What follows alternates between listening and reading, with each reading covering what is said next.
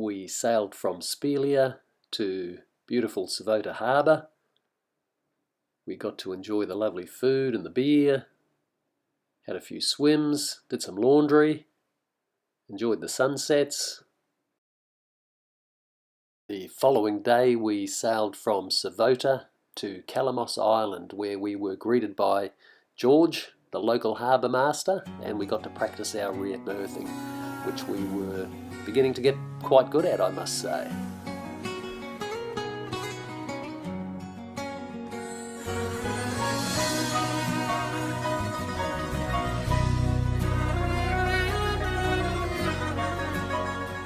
We arrived just in time to enjoy a sunset and a lovely meal at George's Taverna.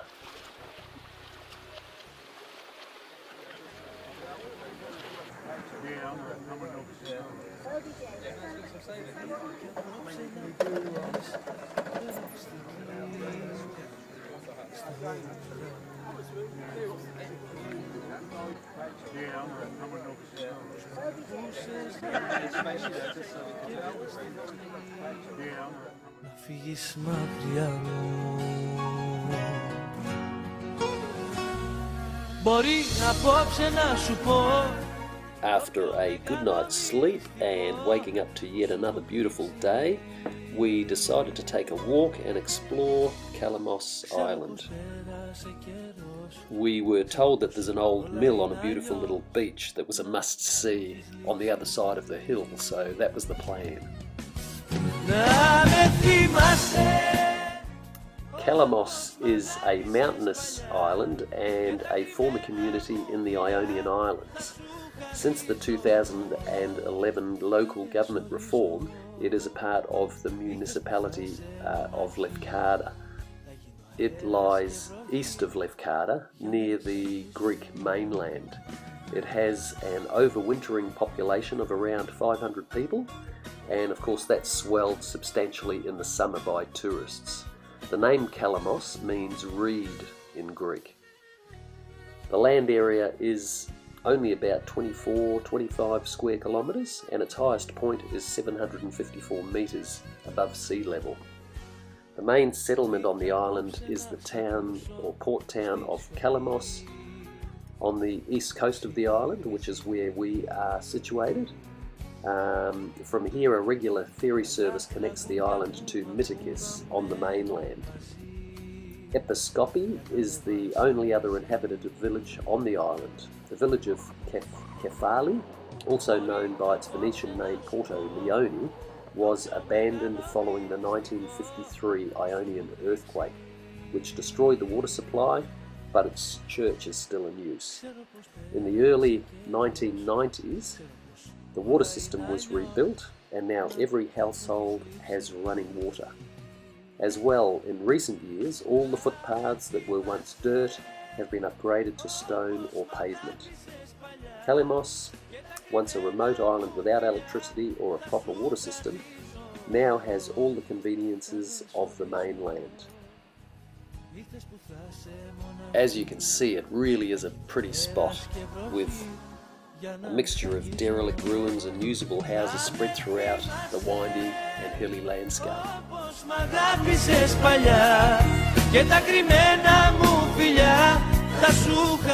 We could have spent way more time here, but as we are on a timetable, we set sail in a lovely breeze back to Lefkas Town.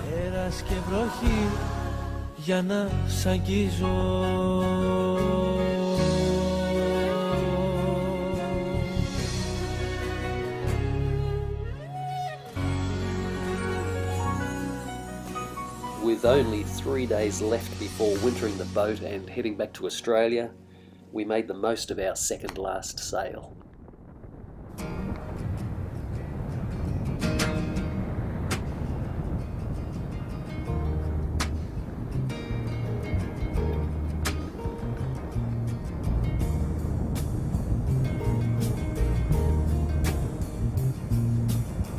We were born before the wind, also younger than the sun.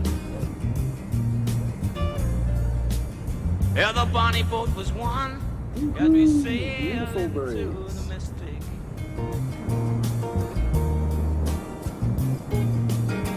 Oh, I can now hear the sailors cry, smell the sea and feel the sky. Let your soul and spirit fly into the mystic.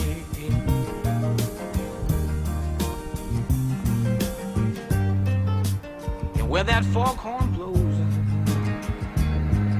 I will be coming home.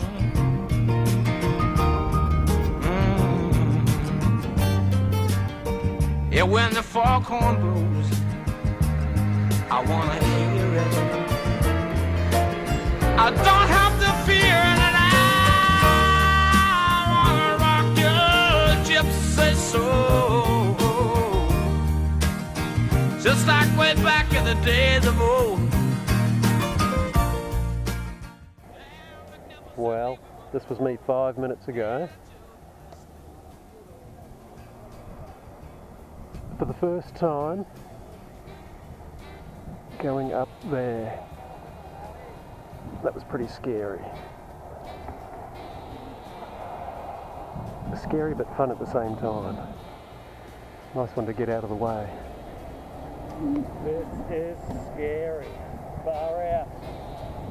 Woo! Scary but exhilarating. When that foghorn blows, you know I will be coming home. And when that foghorn whistle blows, I gotta hear it. I don't have to fear it, and I wanna rock your gypsy soul, just like way back in the days of old. And together we'll float into the mystic.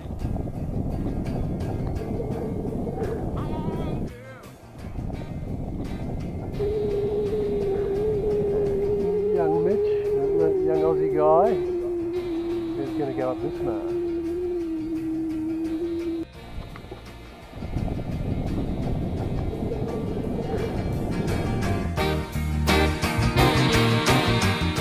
Young Mitch going up the mast, first time.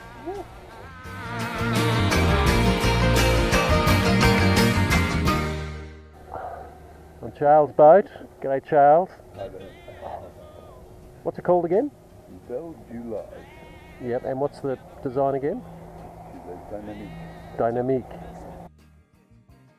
Charles is from Perth and was very helpful with some handy hints for when I climbed my mast. He also assisted in the winching up and down of me, and we returned the favour to give a hand with Mitch up his mast. And Charles is a 62-footer. With a considerably higher mast than mine, so it was both interesting and fun to help.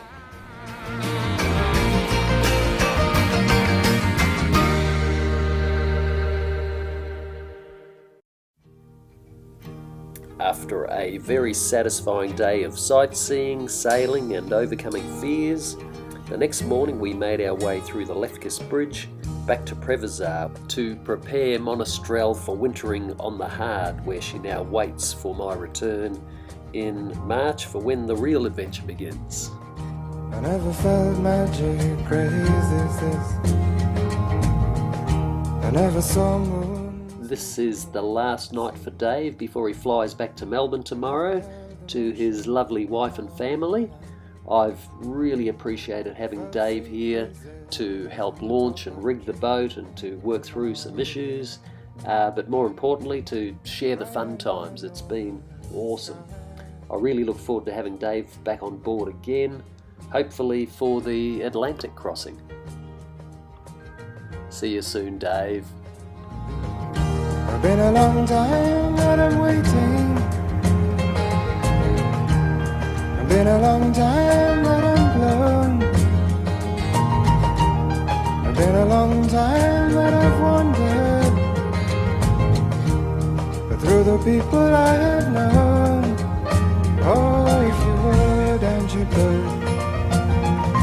straighten my new mind's eye.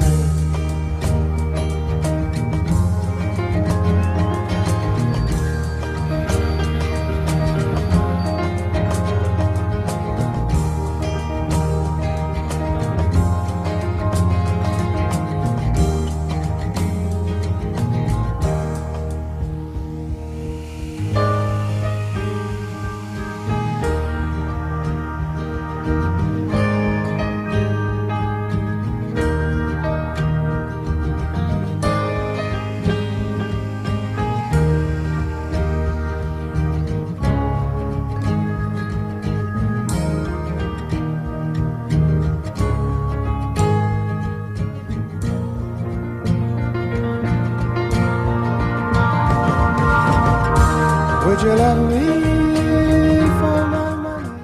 After a final clean-up, the 30-hour journey home begins the next morning with a wild ride in a Mercedes taxi from Cleopatra Marina to the bus at Lefkas, which was kindly waiting for my late arrival.